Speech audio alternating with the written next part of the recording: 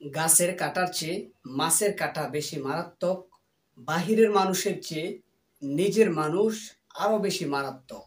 দিনদার ভাই ও বোনেরা, এই কথাটা এই জন্য বললাম, আপনার শত্রু এইখানে সেইখানে আনাচে কানাচে আপনাকে ঘায়েল করার জন্য অনেক চেষ্টা করে, আপনাকে নিস্তেজ করার জন্য অনেক চিন্তা ফিকির করতে থাকে। সচরাচর আমরা মানুষের ক্ষতি হইতেছে, মানুষ খুন হইতেছে, মানুষ গুম হইতেছে, মানুষ অত্যাচারিত হইতেছে, ডাকাতি হইতেছে মানুষের দোকানে পাটে ব্যবসা বাণিজ্যে। আপনি লক্ষ্য করে দেখবেন ওইখানে নিজের মানুষের ইটা বেশি থাকে, নিজের মানুষের উপস্থিতিতে আপনার ক্ষতিটা হয়েছে। অর্থাৎ বাহিরের মানুষের চেয়ে আপনার নিজের মানুষ তার স্বার্থের মধ্যে যদি যারা পরিমাণ আঘাত লাগে, সে আপনার চাইতে বড়, আপনাকে তার বড় শত্রু ছাড়া আর কোনো কিছুই ভাবে না। বাহিরের মানুষ আপনাকে একটা গালি দিতে পারে, আপনার সঙ্গে একটা খারাপ আচরণ করতে পারে, পরবর্তীতে তাকে সালাম দিলে, তার সঙ্গে কথা বললে সবকিছু ঠিক হয়ে যায়।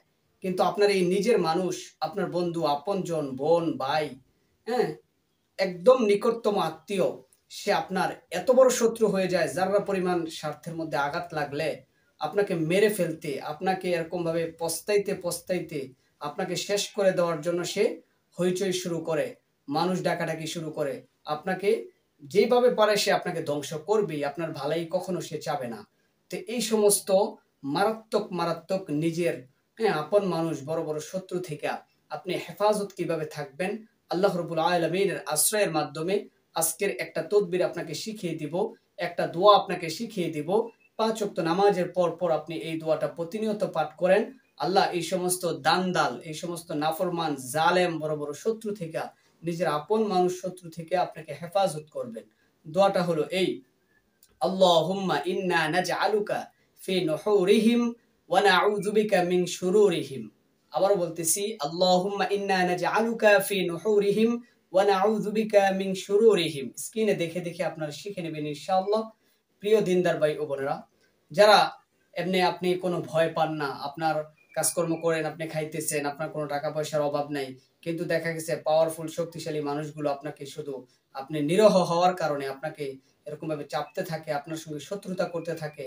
আপনি লিগেল আছেন, তারপরও আপনাকে অনলিগেল বানানোর জন্য চেষ্টা ফিকির করে, আপনার কাছ থেকে টাকা খাওয়ার জন্য, আপনাকে ধ্বংস করার জন্য। আপনি এই দোয়াটা করেন, অতি তাড়াতাড়ি আল্লাহ তাআলা আপনাকে হেফাজত করবেন এবং ওই শত্রুকে আপনাকে যে ফাঁদে পালানোর জন্য, হ্যাঁ, আপনাকে পেরেশানি করানোর জন্য সে চেষ্টা করে, তাকে ওই পেরেশানির মধ্যে, ওই ফাঁদের মধ্যে আল্লাহ তাকে ফেলে দিবেন ইনশাআল্লাহ। আশা করি দিনদার ভাই ও বোনেরা, আপনারা এই তদবিরখানা, আমলখানা আপনারা বুঝতে পারছেন। যদি কোনো কিছু বুঝতে অসুবিধা হয়, ভিডিওর কমেন্ট বক্সে কমেন্ট করবেন, আপনাদেরকে রিপ্লাই দেওয়ার চেষ্টা করবো। আল্লাহ আমাদেরকে সহিহ বুঝ দান করেন, আমিন।